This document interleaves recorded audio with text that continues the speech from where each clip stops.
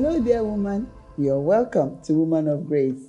One of our greatest heart desire on this platform is to see the woman access the spirit of grace.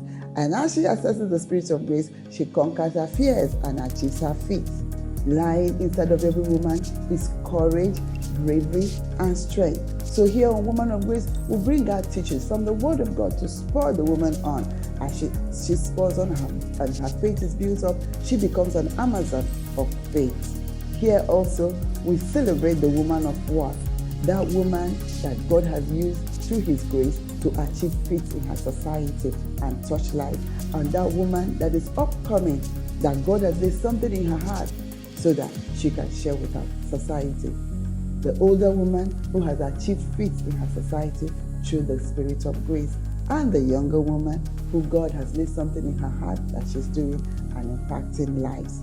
Today on set with me is an exceptional lady who is a survivor, 85-degree acid-burn survivor. Without hearing aids or glasses, she is a motivator and inspiration to many.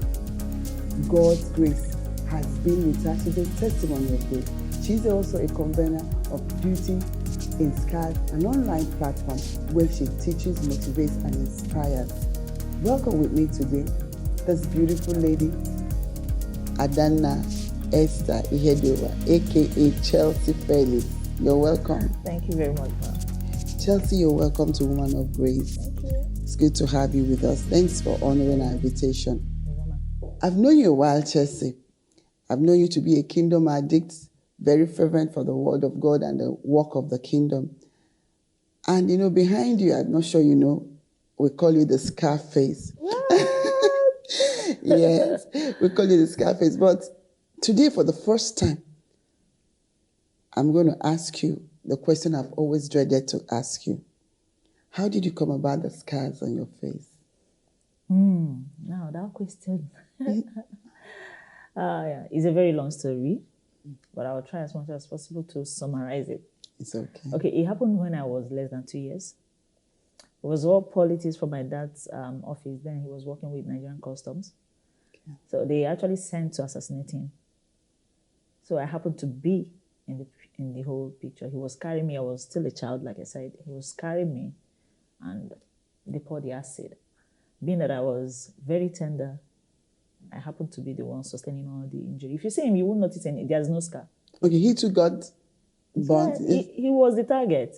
So they got him? Yes, they did, but he's not having any scar. Wow. Apart from the fact that he lost an eye. Oh, wow. If you see him, you won't see any scar. No scar whatsoever.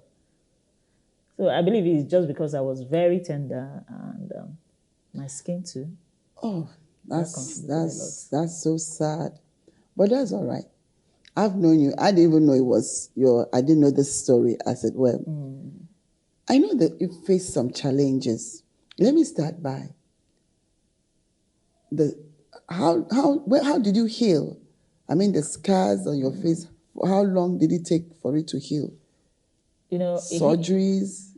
Healing is a process, is not something that just happened. Apart from the surgery, you've got to heal emotionally. Yes. And being a child, the more you grow, the more you realize the effect of what you're having. Exactly. So it's something that I keep healing. I wouldn't say I'm fully healed. I keep healing. The more I get more rejection, the more I heal, the more I learn more ways of carrying myself and all. So as for the surgeries, the whole surgery took place when I was still young.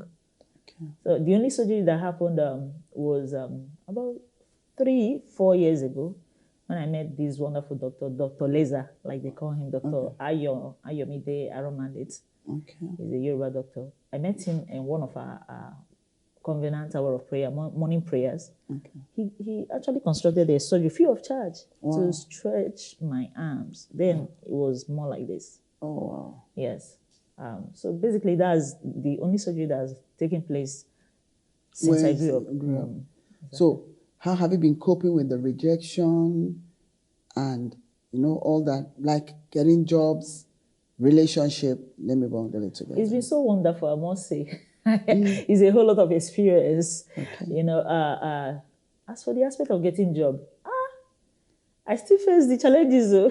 Okay. You know, I could remember a particular incident where a particular company gave me their line of conditions if I really wanted to work with them. And they found my CV interesting, but then they said I would need to be wearing face cap, turtleneck, long sleeve, just to cover anywhere there is scar.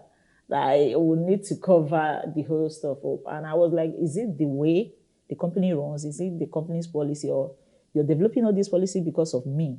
And they say, actually, that is because of me. So I say, in that case, I don't think I would bother working in such environments. That I like the way I am. I've come to accept me.